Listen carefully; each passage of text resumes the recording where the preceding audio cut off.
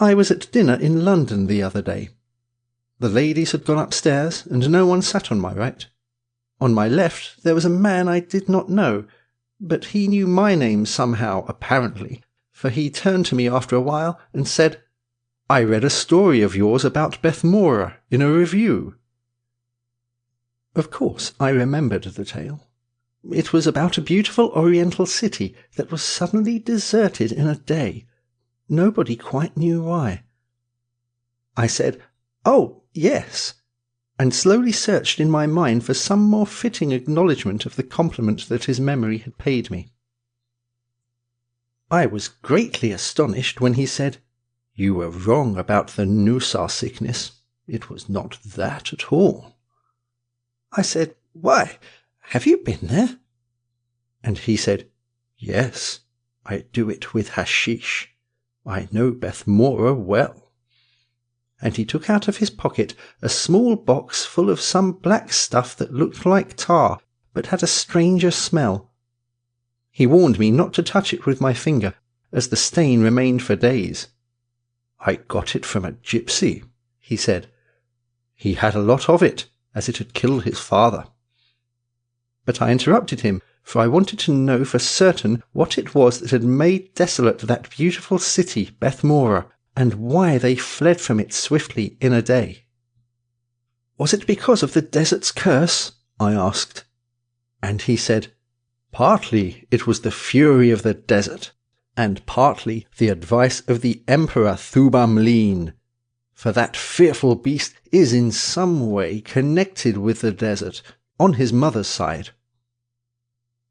And he told me this strange story. "You remember the sailor with the black scar, who was there on the day you described when the messengers came on mules to the gate of Beth Mora and all the people fled? I met this man in a tavern, drinking rum, and he told me all about the flight from Beth Mora, but knew no more than you did what the message was, or who had sent it. However, he said he would see Beth Mora once more whenever he touched again at an eastern port, even if he had to face the devil.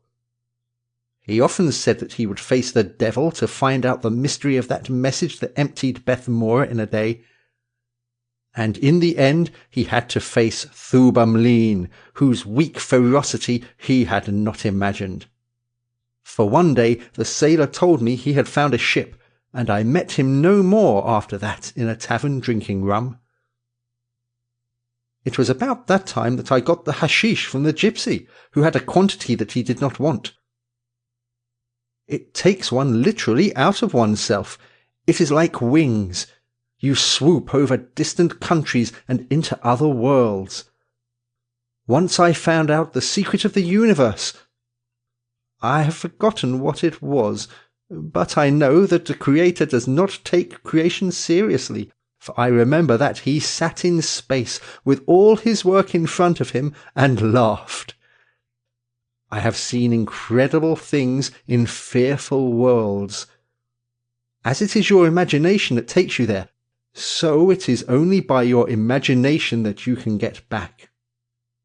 Once, out in the aether, I met a battered, prowling spirit that had belonged to a man whom drugs had killed 100 years ago, and he led me to regions that I had never imagined, and we parted in anger beyond the Pleiades, and I could not imagine my way back.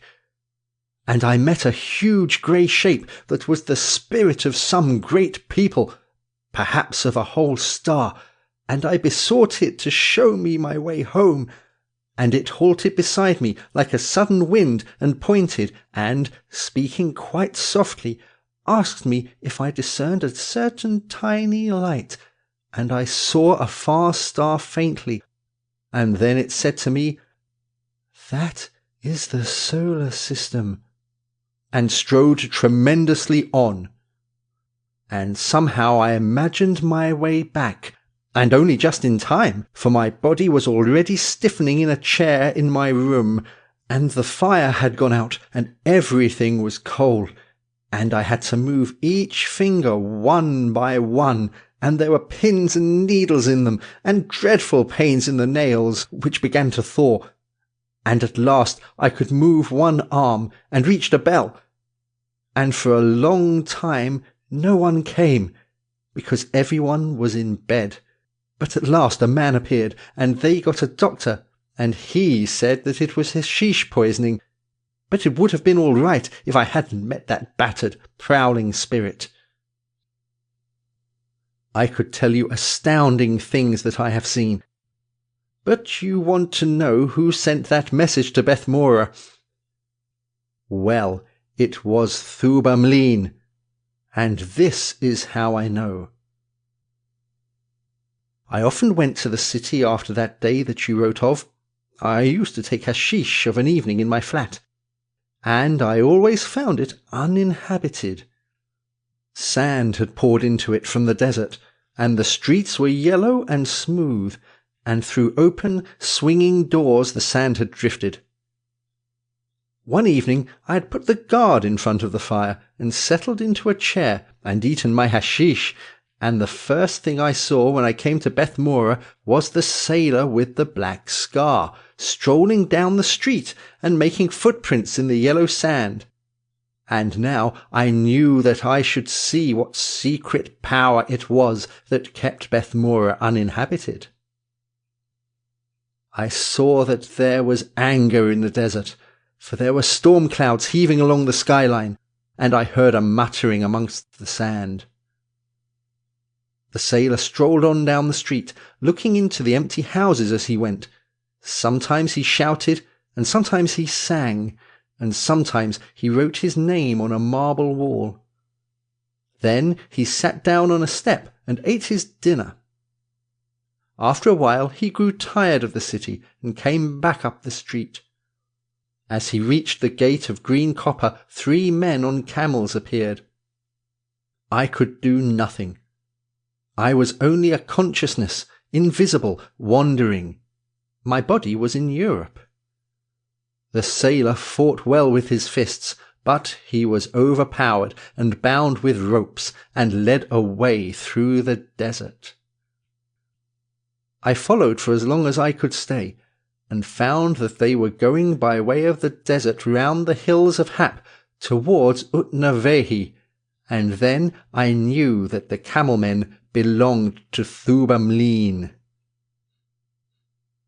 I work in an insurance office all day, and I hope you won't forget me if ever you want to insure life, fire, or motor, but that's no part of my story.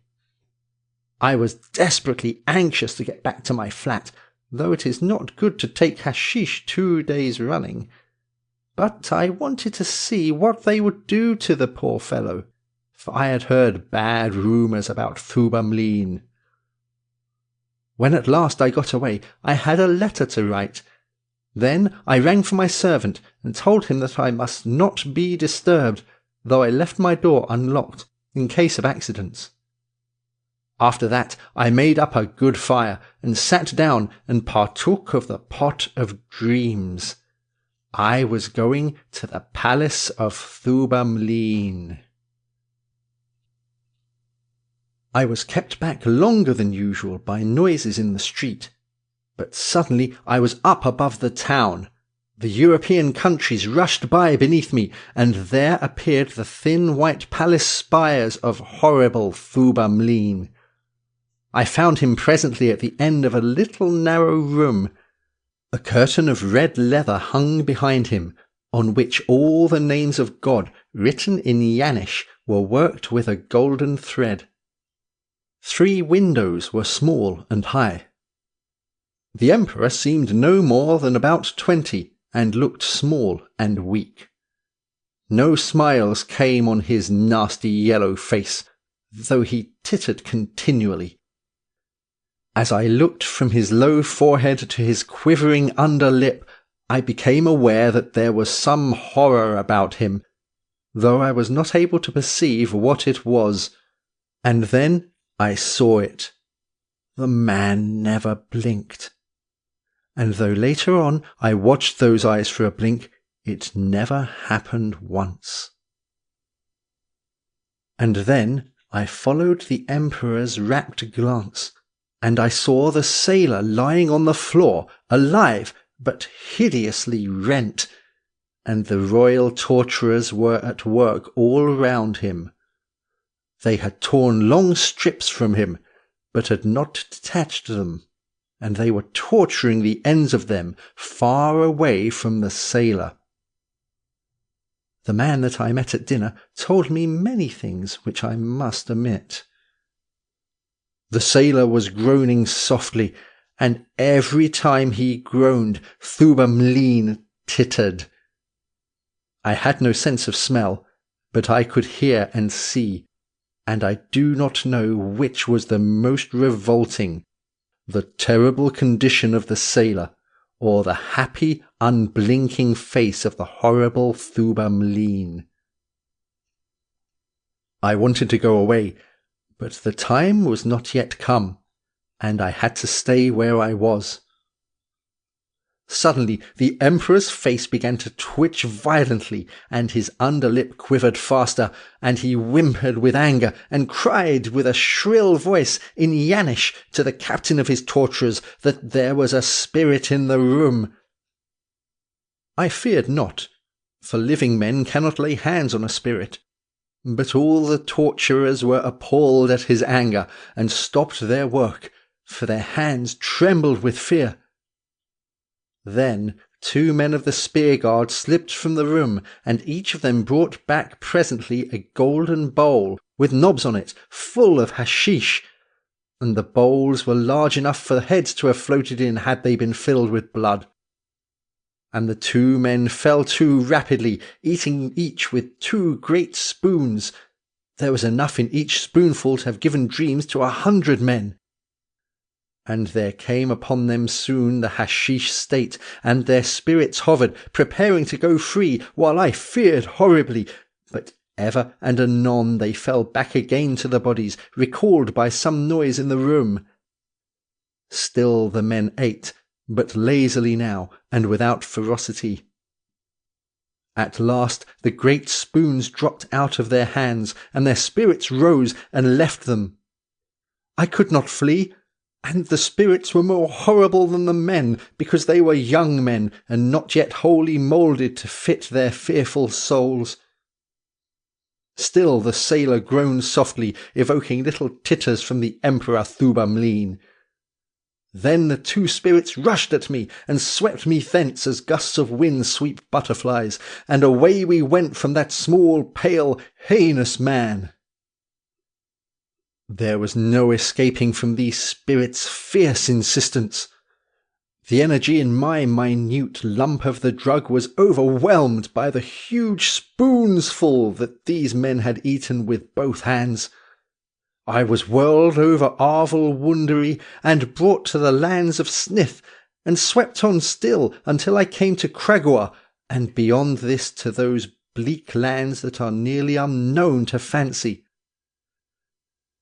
And we came at last to those ivory hills that are named the Mountains of Madness, and I tried to struggle against the spirits of that frightful Emperor's men, for I heard on the other side of the ivory hills the pittering of those beasts that prey on the mad, as they prowled up and down.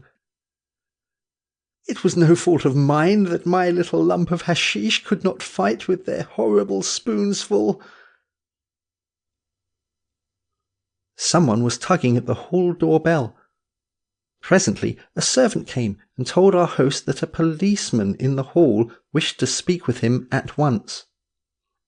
He apologized to us and went outside, and we heard a man in heavy boots who spoke in a low voice to him.